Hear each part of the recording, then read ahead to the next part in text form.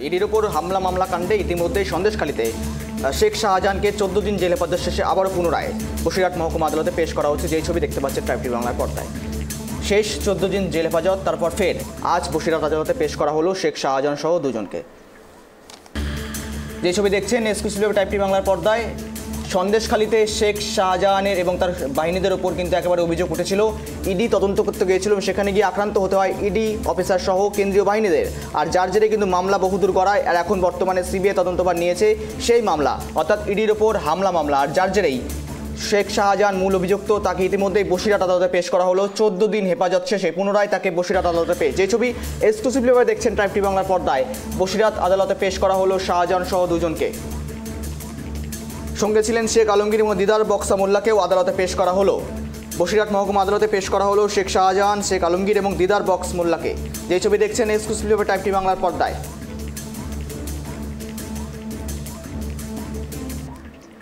আর এই সমস্ত বিষয় নিয়ে আমরা আপডেট নেব। আমাদের প্রতিনিধি ফোন কলে জুড়ে রয়েছে সিরাজুল।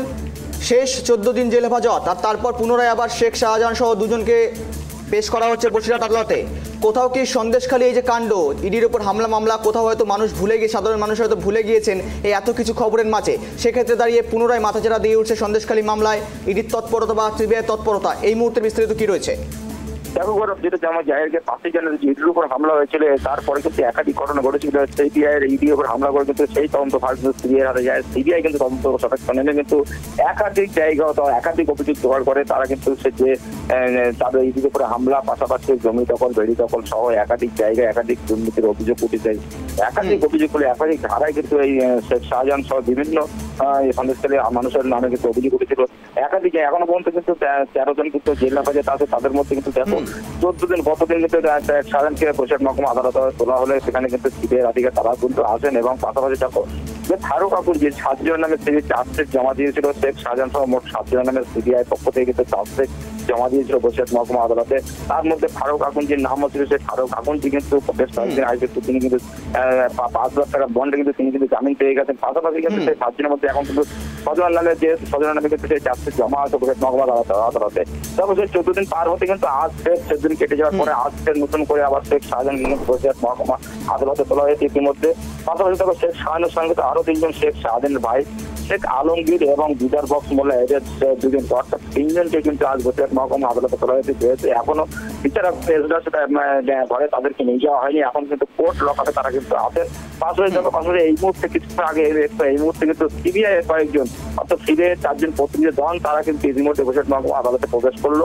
এখন সিবিআই এর যে আদালতের যে সিবিআই আধিকারিক, তারা কিন্তু 4 সদস্যের দল আছে। পাশাপাশি সিবিআই এর একজন আইনজীবী, অর্থাৎ মোট 5 জন কিন্তু ইতিমধ্যে বসিরহাট মহকুমা আদালতে পৌঁছে। দেখো সন্দেশখালী কাণ্ডে যে সিবিআই যে উদ্ধার করেছিল, যে আগ্নেয়াস্ত্র উদ্ধার করেছিল, সেই সিবিআই হাতে কিন্তু সেই যারা আজকে প্রবেশ করলো বসিরহাট মহকুমা, তারা কিন্তু তাদের হাতে সেই অস্ত্রের ব্যাগ কিন্তু আজও তারা কিন্তু বসিরহাট মহকুমা আদালতে নিয়েছেন। পাশাপাশি একাধিক ফাইল কিন্তু একটি লাল সাদু কাপড়ে মোড়া আছে, একাধিক ফাইল তারা নিয়ে বসিরহাট মহকুমা আদালতে ইতিমধ্যে কিন্তু প্রবেশ করলো। পাশাপাশি দেখো শেখ শাহজাহান কিন্তু ইতিমধ্যে কিছুক্ষণ বাদে কিন্তু বিচারকের ঘরে নিয়ে যাওয়া হবে। পাশাপাশি সিবিআই আধিকারিক কিন্তু প্রশ্ন উত্তর করতে পারে বলে এমনটাই সূত্র জানা যাচ্ছে। এখন দেখার বিষয় শেখ শাহজাহানের কি রায় বার হয়, সেদিকটা আমাদের নজর চাচ্ছে বাংলা ক্যামেরায়। দেখো সন্দেশকে নিয়ে তোলপাড় যেখানে হয়েছিল, খবরের জেরে কিন্তু সেটা থমকে গেছিল। পাশাপাশি আজ নতুন করে আবার 14 দিন বাদে কিন্তু শেখ শাহজাহানকে বসিরহাট মহকুমা আদালত তোলা হয়েছে। বিচারকের ঘরে তাকে নিয়ে যাওয়া হবে এবং বিচারক কি রায় দেয় সেদিকটা আমরা চাচ্ছি বাংলা নজর থাকবে। সিরাজুল, মূলত সিবিআই তরফ থেকে কি আবেদন করা হবে, কতদিনের রিমান্ড নেওয়া হতে পারে মূলত, আর কি তথ্য নিয়ে মূলত সিবিআই পেশ করতে পারে আদালতে? দেখো সিবিআই এর বক্তব্য যেটা আগে সিবিআই হেফাজতে নেবে, কি তাদের জামিন মঞ্জুর করবেন, কি তাদের কোনো একটা এর আগে তবে শেখ শাহজাহানের যে কটা ধারায় মামলা দিয়ে তার মধ্যে কি একটা ধারায় কিন্তু জামিন মঞ্জুর হয়েছে এর আগে শেখ শাহজাহানের নামে। যা বাকি যে ধারাগুলো আছে সেগুলো চার্জশিট জমা দেয়, তার বিরুদ্ধে কিন্তু আজকে শুনানি হবে। সেই শুনানি কি বেরিয়ে আছে, সিবিআই আধিকারিক তারা কি হেফাজতে চাইবেন না কি তাদের আবার পুনরায় জেল হেফাজতে দেওয়া হবে, সেটা কিন্তু সময় বলবে। তাদের কোর্টে তোলার পরে বিচারক কি রায় দেন সেদিকটাও আমাদের নজর থাকছে বাংলা ক্যামেরা। ধন্যবাদ সিরাজুল তোমাকে সঙ্গে থাকার জন্য।